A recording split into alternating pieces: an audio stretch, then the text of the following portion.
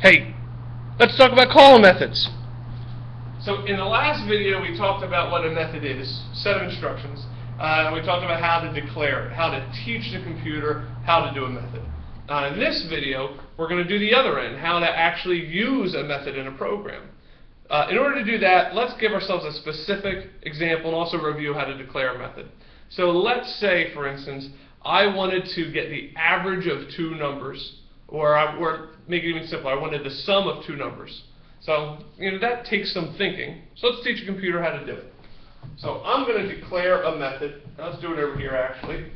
So there are a few parts I need. The first part are my modifiers, public, and we'll put static in there. Like I said, these will probably be on every method we write for a little while when we're just getting started.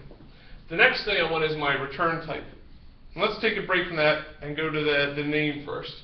So the thing I'm trying to do is add up two numbers. So what's a good name for this method? X would be a terrible name because it doesn't tell me what I'm doing. But get sum, S-U-M, that might be a good name, or add nums, that might be a good name. But when we name methods, we want to describe what they're doing to make it pretty obvious, what that method's role is in a program. So let's write, how about add nums as our method name. And you might notice I start with a lowercase, and anytime there's a new word, I add an uppercase letter. So add nums. Public static something add nums. Well, if I were to ask you to add two numbers, so add 5 and 8, my expectation would be that you would return information to me. You would return a number. So my return type for this method should probably be an int, for integer, assuming we're working with integers and not a different type of number. So public static int add nums. This is not yet a method. Right now it's actually still a variable because we haven't put the telltale sign that's a method, which is parentheses. I'm running out of space up here. Alright. So public static int add nums. Well, if I asked you to do that right now, hey, add nums. You'd look at me like I was crazy. What numbers do you want me to add? You say, yeah, I can't ask you to add numbers without giving you numbers. So that's what the parameters are for. If I want to add numbers, I better give you some numbers to add. So numbers, what type are they? Well, probably ints. So I'd say, you know what, here's an int. Let's call it maybe x, or how it will be a little bit more descriptive. So they're just going off about that. Let's call it num1. And then really we need two numbers, so with parameters we're going to have more than one, which is okay. You separate by a comma. Int num2. So we look in pretty good shape. Public static int, I have a method that's going to give me a number back. It's called add nums, and in order to do it, I have to provide two numbers, two ints. Now, let's put our curly braces in to actually write the method. So I have num1, I have num2, and I want to get back their sum. Well, this is not a really complicated method to write, which is why we use this as our first example, because all I need to do is return their sum. Now, if I were to try to run this program right now, I'd get an error.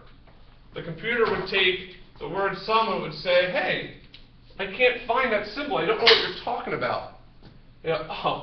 I don't define what sum is anywhere. And I'm using this name that I never referred to, I never explained to the computer. So let's go up a little bit and say, well, sum is a number, it's an int. And what it should be, remember there's three parts to declaring a variable. What's the type, what's the name, and now what's the data? Well, in this case, the data is num1 plus num2. This is a completed method now. We've taught the computer what it means to add nums, and we actually wrote the instructions to do it. So now this error goes away. We told it what sum was. So we've explained how to add nums. We haven't asked the computer to add nums. I could teach you how to do something, but that doesn't mean you're going to do it. So let's draw a big division down our board, because this will live at one part of a computer program, and what we're about to do is going to live in a different part. When we actually ask the computer to do something, we're inside the main method. So at some point in your computer or in your program, you're going to see something that looks like this. And you'll have your public, static, void, main. So you'll have another method called main. Your main method is the actual part of your program that gets executed. So meaning if I were to say, run this program, well, there's a whole bunch of code on the page. It doesn't just run every single line. What it does is it'll look for the main method and it'll do what's ever in here. Now right now there's nothing in here, which means if I hit run your program, nothing happens. This method would be written somewhere higher up on the screen, somewhere above this, but outside of the main method. So let's say I want to do one thing in this program. I just want to add two numbers. Maybe it's 2 grades on a test, or maybe it's the amount of money that I have in my savings account and the amount of money I have in my checking account, or maybe it's the amount of time it will take me to go from work to home, and then the amount of time it will take me to go from home to my friend's house. But there's a lot of opportunities to add nums. This method doesn't care where the numbers come from. It says, you give me 2 nums, I'll add them up for you. So in our main method, we actually have to call that add nums. So the way we do it is really simple. You just say add nums and give it the parentheses, semicolon. But we have a problem.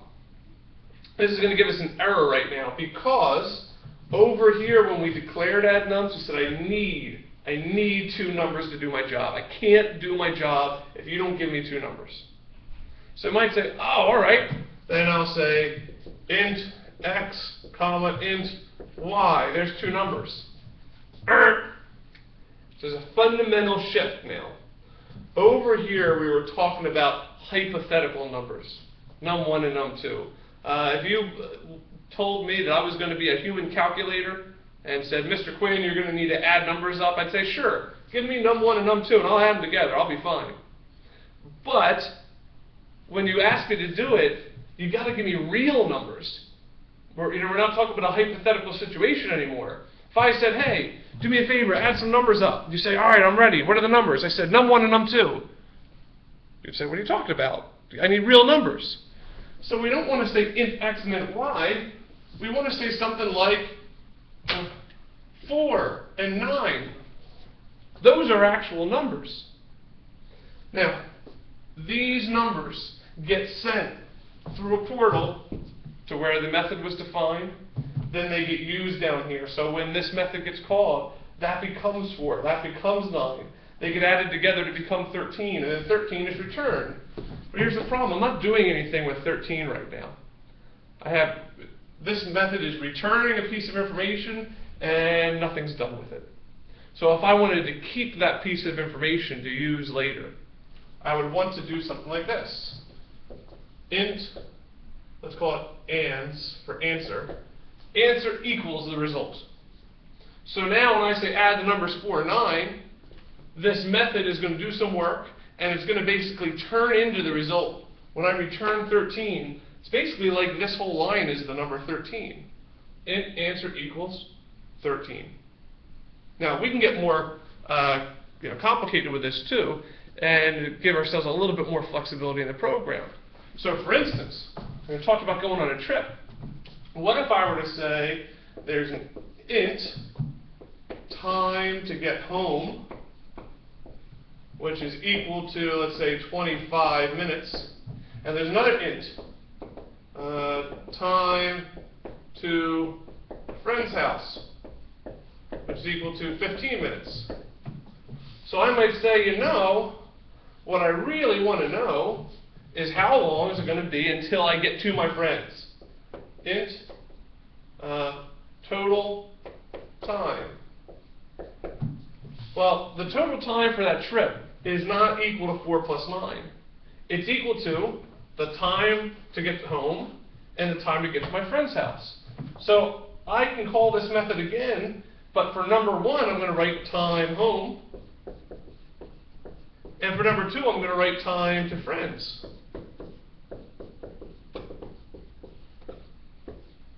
So now I'm combining variables in my main method. I'm using them as parameters, which then get sent to a method, computed. The answer gets returned, which then gets stored in a new variable, which I can then use later in my program. I might say something like system.out print line. It will take quote plus total time plus minutes.